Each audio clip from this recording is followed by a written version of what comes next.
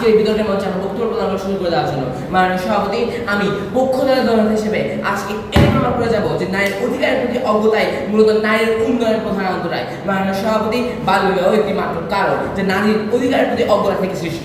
মাননীয় সভাপতি ইতিমধ্যে আমাদের প্রথম বক্তা চমৎকার একটি সংজ্ঞায়ন করেছেন, চমৎকার একটি চরিত্রায়ন করেছেন, বলেছেন যে নারীর উন্নয়নের যে 4টি প্রধান স্তম্ভ, প্রথমত শিক্ষা অর্জন, দ্বিতীয়ত স্বাস্থ্য সুরক্ষা, তৃতীয়ত আর্থিক স্বনির্ভরশীলতা, চতুর্থত রাষ্ট্র কাজে অবদান। মাননীয় সভাপতি দেখুন, বাল্যবিবাহ হচ্ছে অসচেতনতার ফল, এটি আজকে প্রমাণ করা আমার দায়িত্ব। মাননীয় সভাপতি, তবে শুরুতেই আমি আমার বিপক্ষ দলের বক্তাদের কিছু কথা নিয়ে শুরু করতে চাই। আমরা যেসব কাজ আমাদের বিপক্ষ দলের বক্তাদের দিয়ে গেছিলাম, যেটা হচ্ছে নারী সচেতন হওয়ার পর কেন তার বাল্যবিবাহ প্রতিবাদ করবে না, তার জন্য তারা বলে গিয়েছে, এখানে অযৌক্তিক বক্তব্য প্রদান করেছেন। তারা বলার চেষ্টা করেছেন যে নারী চাপ, ভয় এইসবের কারণে তারা পিছিয়ে পড়বে, নিজের সাথে বাল্যবিবাহ হলে তারা প্রতিবাদ করবে না। মাননীয় সভাপতি, প্রশ্ন হচ্ছে চাপ আর ভয় কি সচেতনতার ফল, মানে অসচেতনতার ফল? মাননীয় সভাপতি বিবেচনা সাপেক্ষ। যদি আজকে সে নারীরা সচেতন হতো, আজকে সমাজ সচেতন হতো, তবে তার মধ্যে কি সে চাপ সৃষ্টি হতো? মাননীয় সভাপতি অবশ্যই না। মাননীয় সভাপতি, তার মধ্যে কি সে ভয় সৃষ্টি হতো? অবশ্যই না। মাননীয় সভাপতি, মাননীয় সভাপতি সবচেয়ে বড় প্রশ্ন, তার মধ্যে কি উন্নয়নের ব্যাঘাত ঘটতো?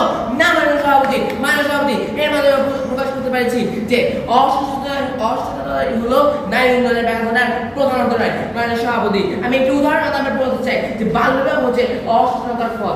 আপনি ধরেন একটি দেওয়াল, মাননীয় সভাপতি, আপনার কাছে সেই দেওয়ালটাকে ভাঙা, আপনি যদি উদ্ম সারের মতো সেই দেওয়ালের সাথে ঘ্যাস না থাকেন, তবে সেই দেওয়ালটাকে ভাঙবে?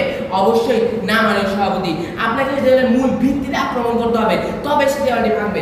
ঠিক একইভাবে আজকে উদ্ম সারের মতো ঘ্যাস রাখছেন আমার প্রতিপক্ষ দলের বক্তারা, তারা এটি বুঝতে পারছে না, মগজে এটি ঢুকাতে পারছে না যে বাল্যবিবাহ হচ্ছে অসচেতনতার ফল। মাননীয় সভাপতি, এই অবগত না হওয়ার কারণে তারা আজকে অযৌক্তিক বক্তব্য প্রদান করছে, তার পাশাপাশি আপনার সময় নষ্ট করছে, আপনাকে বিভ্রান্ত করার চেষ্টা করেছে, আপনাকে মূল্য খাওয়ানোর চেষ্টা করেছে। মাননীয় সভাপতি, মাননীয় সভাপতি, মূর্খতা কাকে বলে কি এটা প্রমাণ করে ফেলেছে প্রতিপক্ষ দলের বক্তারা। মাননীয় সভাপতি, যদি সময় নষ্ট করার উপর কোনো প্রতিযোগিতা হতো, তবে আমি দৃঢ় বিশ্বাসের সাথে বলছি প্রতিপক্ষ দলের বক্তারা সেটা প্রথমত। মাননীয় সভাপতি, কারণ তারা এটি এখানে দাবি করছেন যে বাল্যবিবাহ হচ্ছে একটি স্বতন্ত্র কারণ যা নারীর উন্নয়নের প্রধান অন্তরায়। মাননীয় সভাপতি, দেখুন, দুইটি পরিবার যদি বাল্যবিবাহ হয়, তখন সেই পরিবার অসচেতনতার ফলে কিন্তু বাল্যবিবাহ করে থাকে, এটি চিরন্তন সত্য। মাননীয় সভাপতি, তবে সে সত্য অনুধাবন করতে পারছে না প্রতিপক্ষ দলের বক্তারা। মাননীয় সভাপতি, যদি আজকে সে পরিবাররা জানতো যে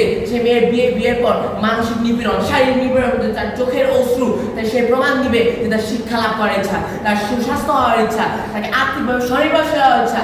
মাননীয় সভাপতি, তখন তারা এটা করার আগে 10 বার ভাবতো এবং ভেবে বলতো না, আমরা বাল্যবিবাহকে সমর্থন করি না। মাননীয় সভাপতি, মাননীয় সভাপতি, আজকে অসচেতনতার কারণে কিন্তু বাল্যবিবাহের মতো কুপ্রথা জন্মিয়েছে এই সমাজে। মাননীয় সভাপতি, ইতিমধ্যে আমার দলের বক্তা খুব চমৎকার উদাহরণ দিয়েছেন বেগম রোকেয়া, নাদিয়া মুরাদের, রিনা আক্তারের। তারা প্রকাশ করতে পেরেছেন যে তার সচেতনতার মাধ্যমে বাল্যবিবাহ হওয়া সত্ত্বেও নারীর উন্নয়নে, সমাজের উন্নয়নে তারা কিভাবে ভূমিকা রেখেছে। মাননীয় সভাপতি, বিবেচনা করুন, যদি আমরা এরকম হাজার লক্ষ কোটি বেগম রোকেয়া, তার পাশাপাশি রিনা আক্তার, নাদিয়া মুরাদ তৈরি করতে পারি, তবে কি নারীর উন্নয়ন হবে না? তবে কি সমাজের উন্নয়ন হবে না?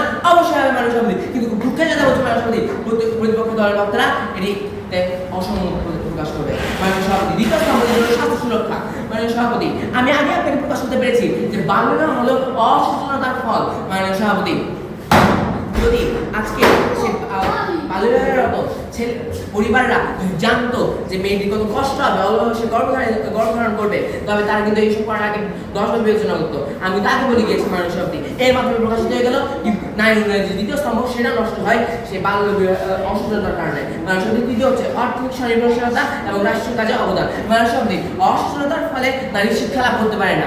নারী শিক্ষা লাভ না করার বসে কিন্তু নারী আর্থিকভাবে স্বনির্ভরশীল হতে পারে না, কারণ শিক্ষায় কিন্তু নারীকে শিখাবে যে কিভাবে সে আর্থিকভাবে স্বনির্ভরশীল হতে পারবে, কিভাবে সে পরিবারের অবদান রাখতে পারবে, পরিবারের অবদান রাখার ব্যাপার জাতির জন্য অবদান রাখতে পারবে, রাষ্ট্রীয় কাজে অবদান রাখতে পারবে। বেগম রোকেয়া সাখাওয়াত হোসেন, নাদিয়া মুরাদ, এরা কিন্তু আন্তর্জাতিক পর্যায়ে, জাতীয় পর্যায়ে কিন্তু প্রকাশ করতে পেরেছেন যে কিভাবে শিক্ষা একটি নারীকে আর্থিকভাবে স্বনির্ভরশীল করতে পারে, দেশের জন্য, সমাজের জন্য, পুরো পৃথিবীর জন্য অবদান রাখতে পারে। মাননীয় সভাপতি, এর মাধ্যমে কিন্তু প্রকাশিত হয়ে গেছে যে বাল্যবিবাহ হলো অসচেতনতার ফল, এবং এই অসচেতনতা যদি আমরা দূর করতে পারি, তাহলে বাল্যবিবাহ না, বাল্যবিবাহ হাজার কুপ্রথা যৌতুক প্রথা আমরা এখানে সহায়তা পারবো মাননীয় সভাপতি। ধন্যবাদ মাননীয় সভাপতি, এই বলে আজকে আমার বক্তব্য